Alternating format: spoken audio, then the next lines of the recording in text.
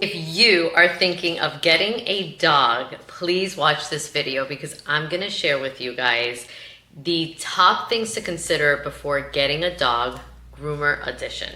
Now, this is groomer edition because I have been a groomer. Hi, let me introduce myself. My name is Laura Ventura. I am owner of Pawz and All Mobile Grooming and Massage. I have been a groomer for 19 years now, and I've seen a lot in my day. And not only am I a groomer, but I am a mobile groomer. So when I pull up to clients' houses, I am able to see their personality, their family dynamic, their dog's personality, and how it harmonizes with their lifestyle. So I have seen a lot of things that work, a lot of things that don't work. So I want to share with you guys some of the things that you guys should be considering before getting a dog. Let's get into it. Also, I wanted to make this video because the holiday season is right around the corner, and I know that's when a lot of people like to gift dogs to other people or get pets for their families. So I really just wanted to make this video before Pawz and All has its holiday rush, and I have no time to make it. So here I am. Okay, number one, think about the noise level that you can tolerate. So I say this because sometimes I see people getting very cute little fluffy dogs, not knowing that they will bark at a blowing leaf, and it irritates them, and they are on edge the whole time, which makes their dog be on edge the whole time because dogs are energy readers. And so it just it's not the best fit, and unfortunately you can't really make a dog shut up. If it's gonna bark, it is gonna bark, and you're just gonna stress yourself out because you're going to have to be telling it to be quiet. So that's a lot of energy wasted, and I see this a lot with clients that get terriers, such as I would say schnauzers, and then also clients that get Pomeranians. Sometimes we're very attracted to the aesthetic of the dog, but please, there is so much information online. So if you're really fixated on one type of breed, read everything there is to know about it. Now, I do have to say that most of the breeds are true to their characteristics, but sometimes you just don't know what you're gonna get. Okay, you don't know what type of personality you're gonna get, and you're just gonna have to be prepared to be able to train it and to be able to understand your dog and its specific needs. I've met schnauzers that, for example, that are super quiet and won't bark only if somebody's at the door, but then I've met schnauzers that will bark for absolutely everything, that are very reactive. And so, you know, you kind of have to see the best of the breed and then the worst of the breed. And if you're really fixated on that breed, please be prepared to deal with both. So physical activity. If you are going to get a working dog, you have to give it a job. I'm going to talk about my Shepherds. I'm going to talk about my Pit Bulls. And I'm saying this because if you're thinking about getting it as a puppy, if you do not give it a job, if you are not exercising it at least 3 times a day, and I would say for 45 minutes each time, you are going to have a sorry, my working dog is back there barking right now. If you are not willing to exercise this dog, you are going to have a very destructive dog. And the last thing you want is for your furniture to be bit up and for your house to be a disaster because of this dog. Now, I'm gonna tell you that puppies are gonna chew on things, okay? Just be mentally prepared for that stage. But to be honest, if you have a working dog and it's destroying your whole house, it's because it's not getting its needs met. And most of the time, it's because of the lack of exercise. They're also highly intelligent. They need a job. So training, that's when training comes in, because it stimulates them to learn something new and then to get a reward for it. So if you could keep them busy with exercise and training, get a working dog. If you think you're gonna get a German Shepherd and tie him up to your basement, it's not gonna work out. Another thing to consider is your lifestyle. Now, are you somebody that travels most of the time, that likes to pick up and leave randomly? If so, no. They thrive on a routine, they need it, and that is the easiest way to train a puppy. So if you're gonna start breaking that routine, just have somebody, maybe a family member or a pet sitter, that could keep them on that routine, because if not, the dog will get stressed out. So lifestyle also has to do with the size of the dog that you want. Now, if you are physically able to control a adult male golden retriever, now they're really cute when they're little, but that dog is gonna grow up, and without the correct training, he will drag you to the ground. I know, because I've seen it with my own eyes. Now, if you are not in the best physical shape to take care of a big dog, consider doing a smaller dog. If you're living in a studio or you're living in a tiny apartment, maybe you're not gonna wanna get a Doberman. So lifestyle, think about your lifestyle, and then think about the breed that you want. Another thing to consider is definitely the training ease of the dog. There are some dogs that are way more stubborn than others. If you're looking for a specific breed, please read the description. I'm going to post a link down here where I feel like the description of every breed is so on point.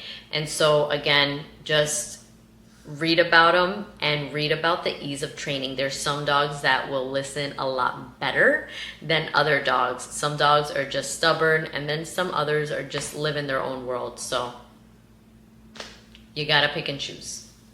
Guys, now let's think of vet bills. There are some dog breeds with higher chances of health problems. These illnesses or diseases or conditions include pancreatitis, cancer, arthritis, also cardiac disease. Now, I could tell you about a breed right off the bat that I think other groomers and veterinarians would agree with me. Their vet visits are a lot more common because they tend to have a lot of just health problems, infections, yeast, and that is the bulldog. So, you know, those are some things to look into and consider when being fixated on a dog or on a specific breed. Another thing I would consider would be personality. Now, different dogs, of course, are going to have individual personalities, but the characteristics, again, within the breeds are pretty similar. And I'm just gonna take my American Bully Astro, for example. Astro, come here. Come here, sure. This, my friend, is Astro. And he's an American Bully. He is 3 years old, okay? Mean mugging guy, but he is a cutie. Now I'm gonna tell you a little bit about the American Bully personality, just so you could understand what things to look for, why I picked this breed, and some of the things that, again, you should consider within the personality. Now, I know that they are very protective and they are extremely loyal, and I have been a single female for a long time, so I did want a dog that I felt protected with.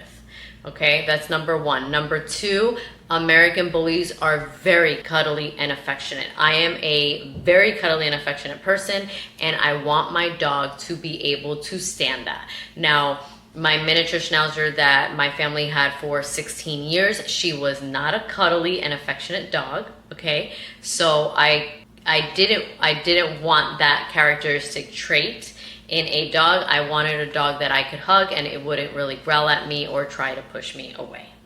Astro is a working breed, so he would go to work with me every day when he was a puppy, and that kept him busy, that kept him stimulated. Now, as he got older, he got a little bit more lazier, and if you know anything about American Bullies, they are couch potatoes.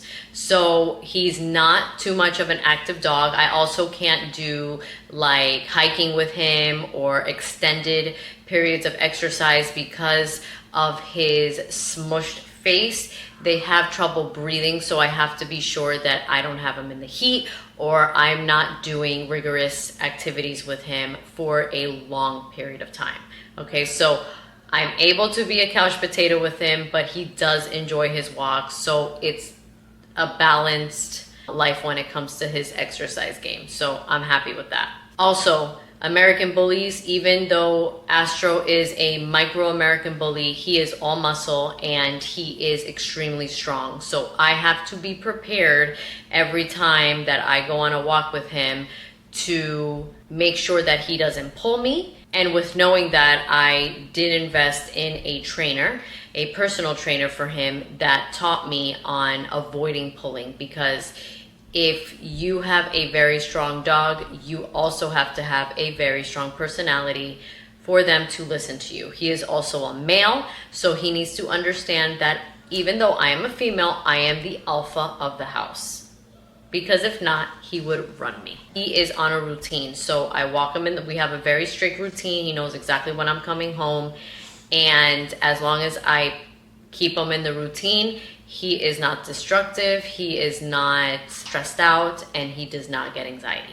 I am also a groomer, so I groom pretty much every day, and I didn't want to get too much of a high maintenance dog grooming because I am busy grooming other people's pets. So sometimes on my days off, I don't want to deal with having to do a full-on haircut.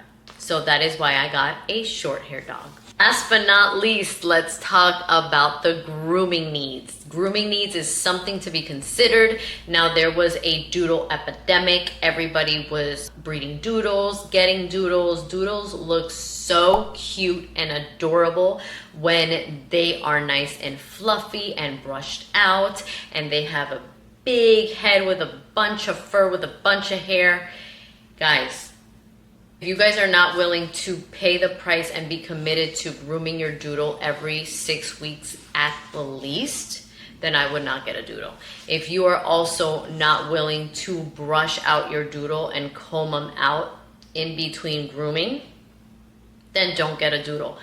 Now, if you are okay with your doodle being in a short cut, just so it could fit your lifestyle, then get a doodle. Go get a curly hair dog. That's totally fine. But you just have to make sure that you are willing to, if you're willing to pay for this type of dog or adopt this type of dog with curly hair or a curly coat, it has to be maintenance way more than a shorter coat. Okay, so that's something that needs to be considered. Also, people that want to get a husky because it has light eyes, my heart breaks. An angel loses its wings every time I hear somebody say, oh, I want to get a husky because it has nice eyes. Guys, a husky is a lot of work. That's a lot of training. That's also a working dog, and it has a double coat, sometimes a triple coat. So, sorry, Astro's drinking water. So the de-shedding treatments that have to happen every, I would say, 6 to 7 weeks has to be on point, or else your house, your family, and you are going to be covered with undercoat, and dogs need help removing that undercoat. So that is something to consider. Just know that whenever you adopt a dog or buy a dog, you are making an agreement to be the responsible caretaker of that being. So just know that dogs don't come with batteries. You can't just remove the batteries. This is a lifelong commitment, and know that senior pets are a lot of work. And if you get to see through the life of a dog, you will be blessed tenfold. It is such a rewarding experience. Also, don't forget, they thrive on routine. And guys, again, it could be such a magical experience and bond that you have with a dog if done right. My name is Laura Ventura. If you enjoy my content, if you enjoy my channel, hit the subscribe button. Please hit the thumbs up. Please comment below. Love you guys. Love and light. Up and out. Laura Ventura.